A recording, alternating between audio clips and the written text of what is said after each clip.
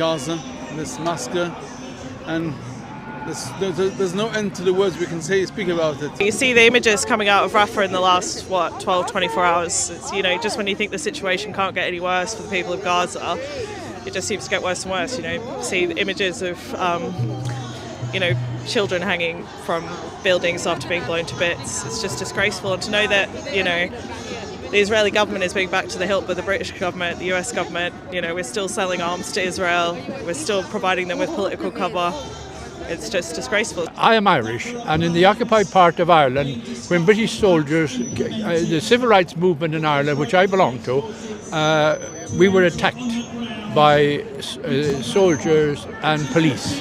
And it was only when the IRA started firing back at them that they stopped harassing the areas, and it's only when the Palestinians fire back at Israeli state terrorists that they'll be able to defend themselves. No, I don't want violence, I detest it, and I've campaigned all my life against war.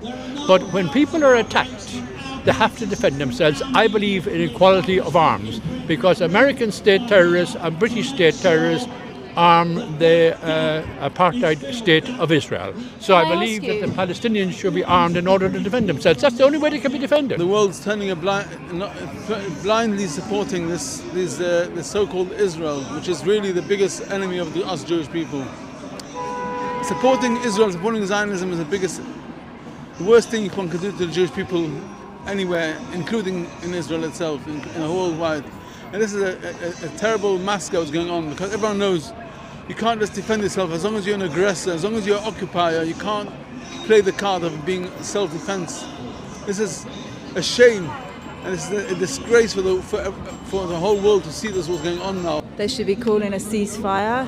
They should not be supporting Israel with weapons. Weapons should not be leaving this country to go out there to murder people, and they should be reinstating the aid to the Palestinian people, and basically not taking part in a genocide, which is what they're doing. It's not just that they're standing there unable to do anything, they're actually helping. The government here sells arms to Israel. How can you say you care for people when you are killing them directly with components for the weapons, like the fighter jets and so on?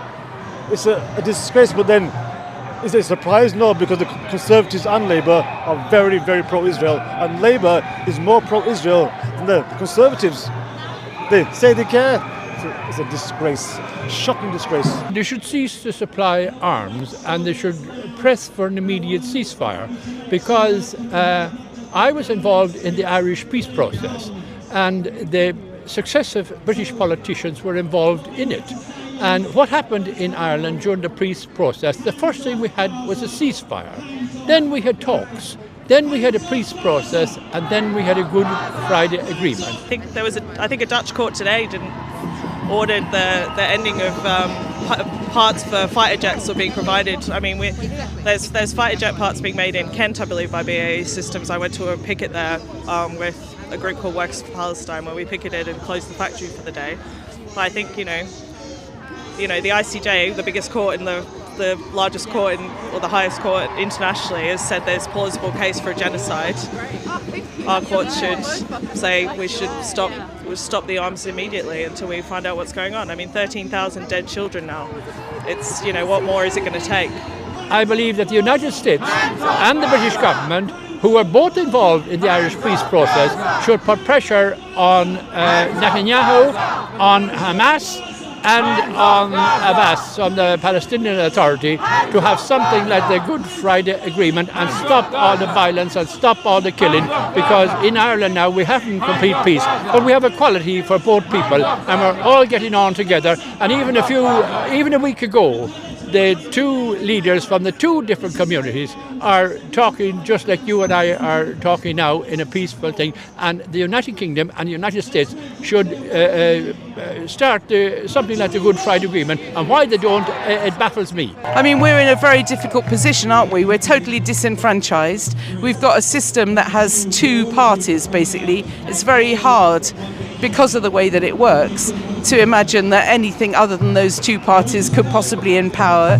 We've got a government that is sort of crumbling, but is standing in in the wrong side, basically, and just sort of parrots that Israel has no right to be doing wrong. And we have an opposition who is equally craven, and they are also standing there saying Israel has the right in the face of absolute evil. We're going to lose a lot of votes this year, and rightly so. A lot of people are not going to vote for the Tories, are not going to vote for Labour, and absolutely rightly so. People are going to vote for independence, because that is the only way we're going to get change in this country, is to change in government. We urge everyone, whoever's in power, people, the problem is always people say words, when it comes to it, they don't do much, whether it's opposition or, it doesn't, when people have to do it, the country has to stand up together. And if it's not together, in singularly, look at South Africa, done a tremendous work. South Africa stood up for justice and done whatever it can do, and it's not a superpower, but it's done whatever it can do. We urged the international community to carry on and putting pressure to save lives. We know that both Labour and the Tories have given a large amount of political cover to the Israeli government to continue what they're doing. The Labour Party hasn't put up much resistance, but the Tories are, they very much support Israel. I think they're probably worried that this is going to cause a big crisis for them, but they're not prepared to use their relationship with the Israeli government to call for a ceasefire and to stop what's happening. It's just disgraceful. How many times has Starmer flip-flopped on his policies? I mean, a few days ago it was the green budget, slashed it overnight. And it's the same with this. He knows he's going to lose votes, so he's trying to do damage limitation. Oh, I care for Gaza now. Yeah, at the same time he fired staff who called for a ceasefire. That says everything you need to know about Starmer and Israel. Anybody who tries to help Palestinians, I will fire you. And he wants people to vote for him. He's deluded.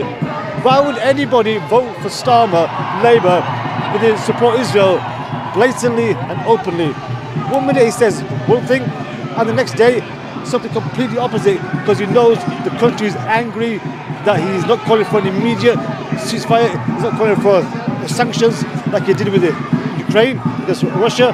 So yeah, we're here just to try and help people. We are not hearing about what's going on out there, not unless you watch particular news channels. It's been censored. What's been fed to the British public is it's a lie, and we need to stand up. I mean, it's really horrible to feel that there are people in this world who think that sort of behaviour to people is acceptable on any level. Pictures of people picking babies out of the rubble, pictures of kids with their limbs cut off and no parents and no family around them. It's just not right on any level, and it must stop.